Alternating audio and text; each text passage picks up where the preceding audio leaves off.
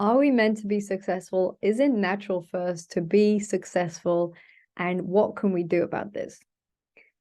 This is something I've reflected on quite a bit as my business has grown, but also observing other people in the field and seeing how it works when people get more successful. Again, you can define what successful means. But what I've seen is that generally our definition of success as individuals is to do better than a lot of other people. So if you think of someone who's a very successful athlete, generally our definition is they're way more physically active than anyone around them. If, for instance, every single person in the world was running marathons, would you feel successful running a marathon, or would you just feel you're brushing your teeth because everyone else is doing that? Would that feel successful?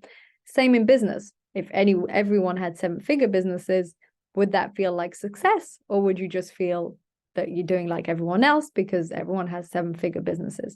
So often our definition of success, and I'm not saying this is right or good or how it should be, I'm saying this is what we genuinely think of success, is doing better than people around us. And I reflected on this because I realized, is this something that's natural for us? And the more I thought about it, the more I thought, not really. Because if you think of a tribe, if you think of where we come from and our roots, if you stood out, if you were gathering more berries than everyone else, they'd come and take your berries and share. And so I feel that we're more meant to be all similar or the same. And if one person is really standing out, they draw attention, they draw envy and jealousy, they draw lots of mixed feelings, and maybe they wouldn't have survived in that tribe because other people would have wanted those berries or would have been jealous. Now, it depends. If that successful person in that tribe all those years ago was using their great skills as a hunter or berry picker or have you to help and serve the whole tribe, then yes. But if they were just standing out, maybe not. And this is what I started to think and feel is I thought, biologically, I don't think we're actually wired to be successful in the sense of standing out, sticking out, doing better than others. Because biologically, we want to fit in. We want to be like the people around us. We want them to like and care. We don't want to feel rejected. We don't want to feel their envy or jealousy or different way of looking at us.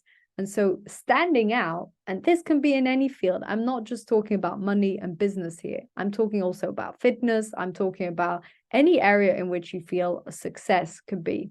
Even at school, do you remember how people treated the people who had the top grades? My best friend was always top of the class, way more than me. And I remember that when we were 12, 13, everyone picked on her, made fun, because it's not cool to be top of the class.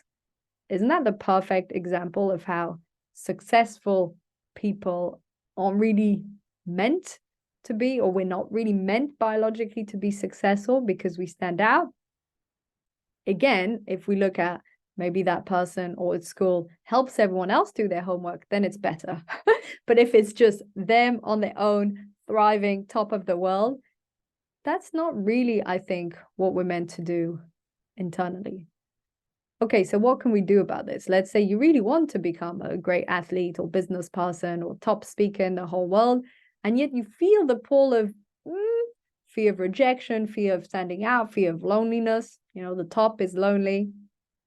Couple of things. One of them I just shared. If you're using this to help, to inspire, to support other people around you to do the same, that feels very differently. And you're way more likely to develop and grow as an athlete if you're leading a whole group of runners to do their first marathon, because then it feels like you're helping them and you're using those skills, those assets, what you've learned, not to stand out, which, you know, feels great 5 seconds, but deep down feels isolating, lonely, and not that satisfying. And you're using it to help others grow. That's one thing. So really sharing the skills, the knowledge, what you've learned, not being afraid of competition. There's no such thing.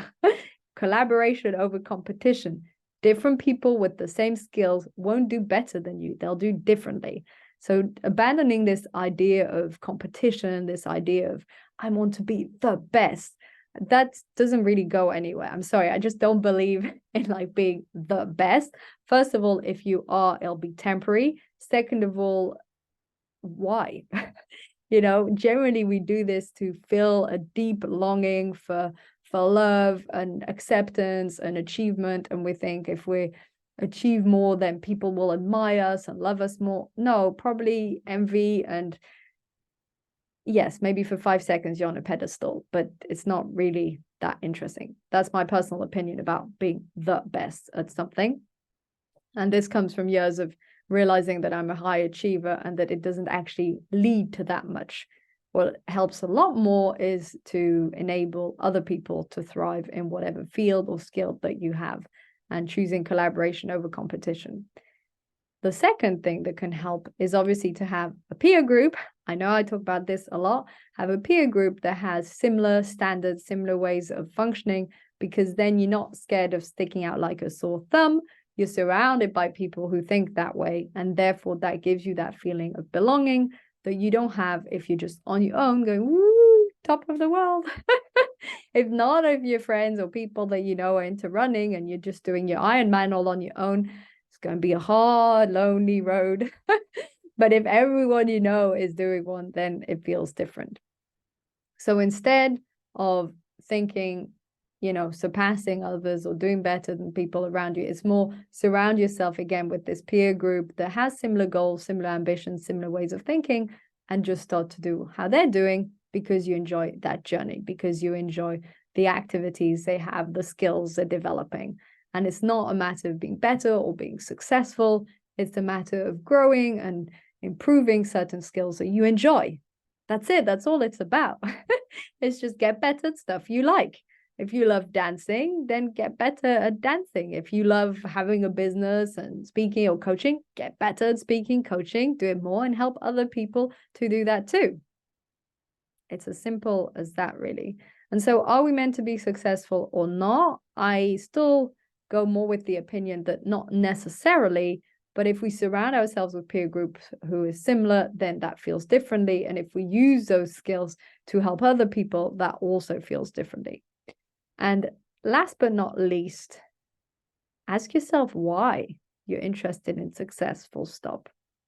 Like I said, I often feel that it's because we think we'll get more validation, admiration, whatever it is, but we often don't get it from that form of success. Whether it's top athlete or top business person or top anything, we generally feel happiest when we've got thriving relationships and health.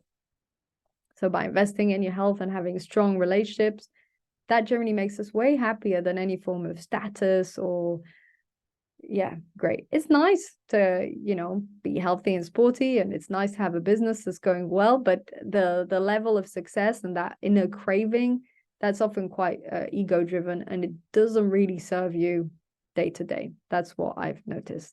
So just keep that in mind on your growth, on your progress. Be ambitious by all means, level up, learn more, share, grow your skills, but don't be attracted by success for the sake of it. That's empty. There's nothing there. Growth and progress, skills, contribution, yes, that's meaningful. And that's meaningful whether you're just starting off or you've had your business or been an athlete or dancer or singer or whatever for 10 years, the same. And yes, a small amount of success so you can actually pay your bills for sure, but that's not necessarily successful, that's functional. And so think of it that way. This was just a brief reflection I had around this concept of being successful. Are we really meant to be successful? What do we do if we feel that it'll be more lonely and that we'll stand out like a sore thumb? And how can we counterbalance this? By having a peer group that functions in a similar way, and by equally helping, contributing to other people around us to grow in similar fields. And I think this can really help us to, yes, have greater levels of success if that's so important to you, but also just be more balanced and fulfilled in our daily life. Thank you so much for tuning in. Wishing you lots of success, but more importantly, lots of joy and fulfillment on purpose, alignment in your life and in your business.